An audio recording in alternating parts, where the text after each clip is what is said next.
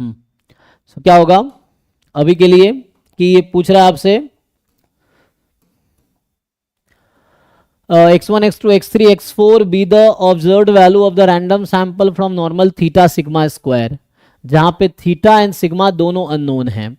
Suppose करो x bar 3.6 है और यह है 1/n-1 summation xi minus x bar whole square S square. तो S square is 20.25 for testing null hypothesis this against this. तो भी लास्ट टाइम मैं रिजल्ट बता रहा था लास्ट क्लास में कि आपको याद रखना है, याद नहीं रखोगे 10 मिनट एक्स्ट्रा लगेगा क्रिटिकल रीजन निकालने में।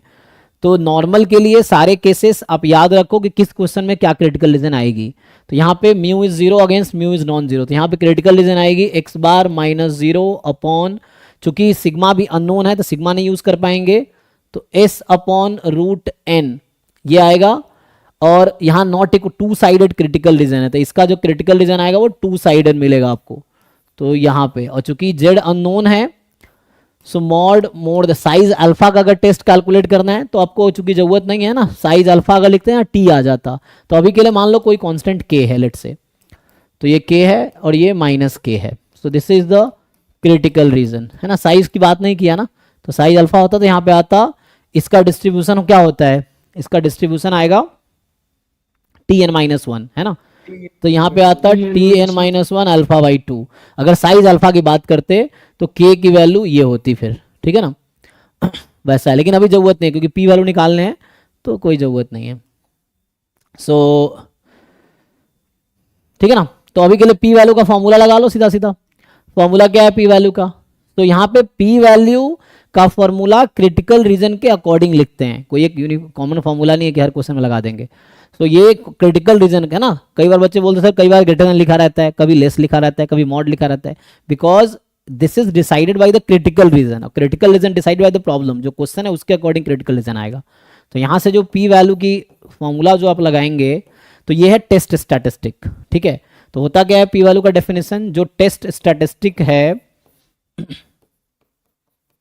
ठीक है ये है, यहाँ म्यू लिख सकते हो आप क्योंकि मैंने साइज पहले यूज कर लिया, you can use theta here, क्योंकि यहाँ साइज यूज तो नहीं किया मैंने, तो थीटा अभी यूज कर सकते हो आप, है ना। क्योंकि अगर अल्फा यूज करूंगा तो खुद ही थीटा वो हो जाएगा, क्योंकि अल्फा का definition rejecting h0 when h0 is true तो आ जाएगा। अगर नहीं यूज कर रहा हूं सो अगर k के टर्म में लिख रहे हैं तो अभी ये रहेगा x बार माइनस थीटा, ये है मोर देन इक्वल टू, अब इस कांस्टेंट के जगह पे k is the critical point, तो instead of critical point we use value of observed value of the test statistic. तो ये जो टेस्ट स्टैटिस्टिक्स की ऑब्जर्व्ड वैल्यू हम यूज करेंगे। तो x बार मुझे कितना दिया है 3.6। अच्छा व्हेन h0 इज ट्रू, तो h0 में थीटा कितना है 0, मतलब mod t more than mod small t is the observed value of capital T is the test statistic. तो यहां पे आ जाएगा 3.6 माइनस 0 अपॉन, और ये आएगा सिग्मा, तो सिग्मा तो है नहीं एस स्क्वायर मुझे दे रखा है 20.25, तो बताओ भाई एस की वैल्यू कितनी आएगी 4.5 upon root n, sample size 4 है तो 2 हो गया। So this is the T actually, so this is the observed value of this quantity, ठीक है। अब यही पी वैल्यू है, mod T more than mod small T, क्योंकि पॉजिटिव में मॉड नहीं लगाया, and under h0 is true, तो h0 ट्रू इसलिए यहाँ थीटा को 0 रखा। सो अभी के लिए जो आंसर आएगा आपका सॉल्व कर लो। सो प्रोबेबिलिटी इसका डिस्ट्रीब्यूशन है मॉड, ये डिस्ट्रीब्यूशन है tn-1, n-1 क्या है, so n is the 4, n-1 3, t3 more than equal to, ये सिंप्लीफाई हो कितना आएगा जी, कितना है ये 7.2 अपॉन 4.5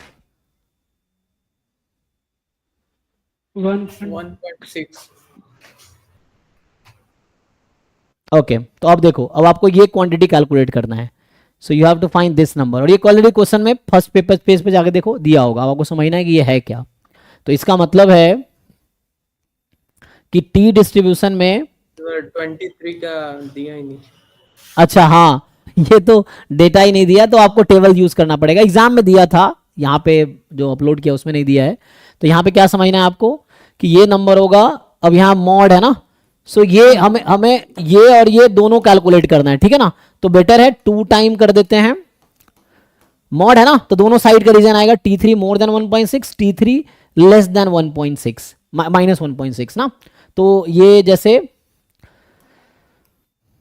ये जो 1.6 है यहाँ पे, ये माइनस 1.6, हमें दोनों कैलकुलेट करना है। तो ये 2 टाइम हो जाएगा T3 मोर देन 1.6।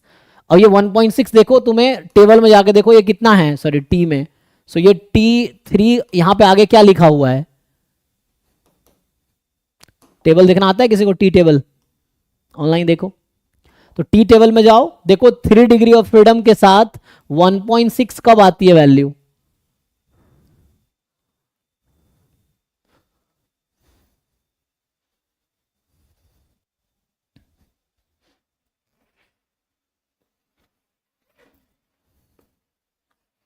तुम्हें एग्जाम में इतना मेहनत नहीं करना पड़ेगा, टी टेबल देखने की जरूरत नहीं पड़ेगी, ठीक है ना। तो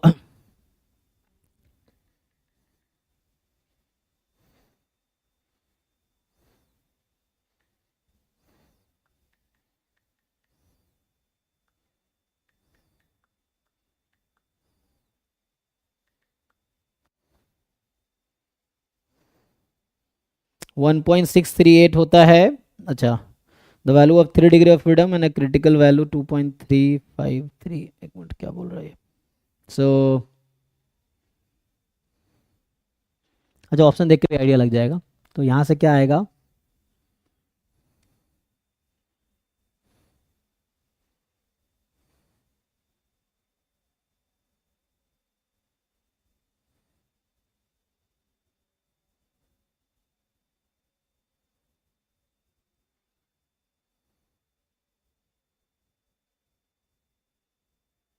है ना, वो तुम्हें एग्जाम में देगा, अभी तो नहीं दिया है तो उसको ढूंढना पड़ेगा टेबल से क्या है। और एग्जैक्ट पता नहीं ये प्रिसाइजली दिया होगा, नहीं दिया होगा, मिलेगा नहीं मिलेगा। ये एग्जैक्ट थोड़ी 1.6 आया होगा, ये एग्जैक्ट 1.6 थोड़ी आया होगा, एग्जैक्ट आया है 72 अपन 4.5, 7.2 अपन 4.5 यस सर, वो एग्जैक्ट है। 9 अच्छा ठीक है, देख लेता हूँ। सर जैसे हाँ सर ये टी डिस्ट्रीब्यूशन के पीडीएफ में n को 1 रख के 1.6 टू इन्फिनिटी इंटीग्रेट करेंगे तो इसी का वैल्यू आएगा ना। हाँ, ये भी कर सकते हैं, इतना आसान थोड़ी है करके देख लो। लेकिन तुम्हें इतना मेहनत एग्जाम में नहीं करना, फिर कह रहा हूँ वैल्यू तुम्हें दिया होगा, ये भी कर सकते हो तुम। जो टी डिस्ट्रीब्यूशन का पीडीएफ है उसमें रखो, हाँ ये रैंडम वेरिएबल है 1.6 से इन्फिनिटी में इंटीग्रेट करो। लेकिन ये टी टेबल जेड टेबल इसलिए दिए जाते हैं क्योंकि इंटीग्रेशन इतना ईजी नहीं है, वो न्यूमेरिकल इंटीग्रेशन से आता है, वो ऐसे तुम नॉर्मली इंटीग्रेट नहीं कर सकते। तो जहाँ तक मुझे याद है लास्ट टाइम बच्चों ने बताया था 0.108 आई थिंक आता है। इसमें ऑप्शन क्या दे रखा है? 104 आएगा शायद। इसमें क्या ऑप्शन दे रखा है उसके अकॉर्डिंग आ जाएगा शायद। ये मे बी 0.208 होता है, चेक करो एक बारी, यही आएगा शायद। क्योंकि 3 डिग्री ऑफ फ्रीडम के लिए हमें देखना है कि वैल्यू क्या है ना, T 0.05, तो what is will that number. इसमें करेक्ट ऑप्शन क्या दे रखा है? क्योंकि ये आपको टेंशन नहीं लेना, ये एग्जाम में दिया, ऐसे अगर लिख दूं सीधा सीधा, चलो देखो ऐसे होगा, तो ये मान लो फॉर एग्जांपल अल्फा है, लेट से ऐसे 1.6 इज T3 कॉमा अल्फा, ये अल्फा क्वेश्चन वालों को देने का काम है। तो उसके अकॉर्डिंग जो आंसर आएगा हमारा वो क्या आएगा अब, तो इसकी आएगी प्रोबेबिलिटी अल्फा होगी, है ना। या अल्फा बाई 2 लिखना है तो अल्फा बाई 2 लिख लो, है ना। अगर अल्फा बाई 2 लिखता हूं मैं फॉर एग्जाम्पल, ये है, या अल्फा का टर्म लिखना अल्फा लिख लो, कोई दिक्कत नहीं है। तो वैसे लिखोगे तो ये 2 टाइम अल्फा हो जाएगा। यहाँ अगर अल्फा बाई 2 लिखना चाहोगे कि इधर अल्फा बाई 2 है, इधर भी अल्फा बाई 2 है, तो ये नंबर होगा अल्फा बाई 2, तो अल्फा बाई 2, तो उसके अकॉर्डिंग यहाँ अल्फा बाई 2 आएगा क्योंकि मोर देन है ना। तो T3 more then this number T3 comma alpha by 2, तो ये अल्फा आ जाएगा। और ये मे बी 0.208 ही होगा। कितना दे रखा है? क्योंकि एग्जैक्टली मुझे भी याद नहीं वैल्यू क्या है, और टेबल लिखना उसमें क्योंकि ढूंढना पड़ेगा उतना। सो एनीवे ये आपको बस अभी के लिए इतना छोड़ सकते हो, या ये आंसर लिख दो कब, जब मैं ये कह रहा हूं कि मैंने 1.6 को लिया है, sorry T3 comma alpha by 2 ये कंसिडर किया है, तो ये आपको क्वेश्चन में दिया होगा ये कौन सा नंबर है, और वो आपको यहाँ पुट करना था, तो आंसर अल्फा आ जाएगा। ठीक है, तो मेनली अप्रोच पता होना चाहिए, वैल्यू तो वैल्यू दे रखा होगा आपको, है ना। 0.20 हाँ, तो वो क्योंकि लास्ट ईयर बच्चों ने बताया था, इसका मतलब ये है कि यहाँ पे जो ये वैल्यू आएगी 2, ये 0.104 आएगी, है ना। तो ये तो 0.208 हो जाएगी, है ना, इस तरह से आ जाएगी। तो मतलब ये जो नंबर मैं अल्फा बोल रहा हूँ इसका मतलब 1.6 कहीं ना कहीं अरे यार का स्क्वायर हर बार T3, 0.104 पे आएगा। ये चेक कर लो, ये जो होगा ना, ये टेबल में, ये पेपर में साइड में लिखा रहेगा फर्स्ट पेज पे, वो या इसके आगे लिखा रहेगा कि यूज 1.6 एज T3, 0.104। तो जो 1.6 है दैट इज, ठीक है ना, यही वाली वैल्यू है T3, 0.104, और ये पेपर में दिया हुआ होगा। तो इस वाले पेपर में बस यही प्रॉब्लम है, बाकी किसी पेपर में प्रॉब्लम नहीं है, ठीक है। सो और कोई क्वेश्चन है? अब 30 से 40 में आते हैं। सो 30 से 40 के बीच जो क्वेश्चन है 34 है खाली, है ना 30 से 40 में। सो 34 क्या कह रहा है?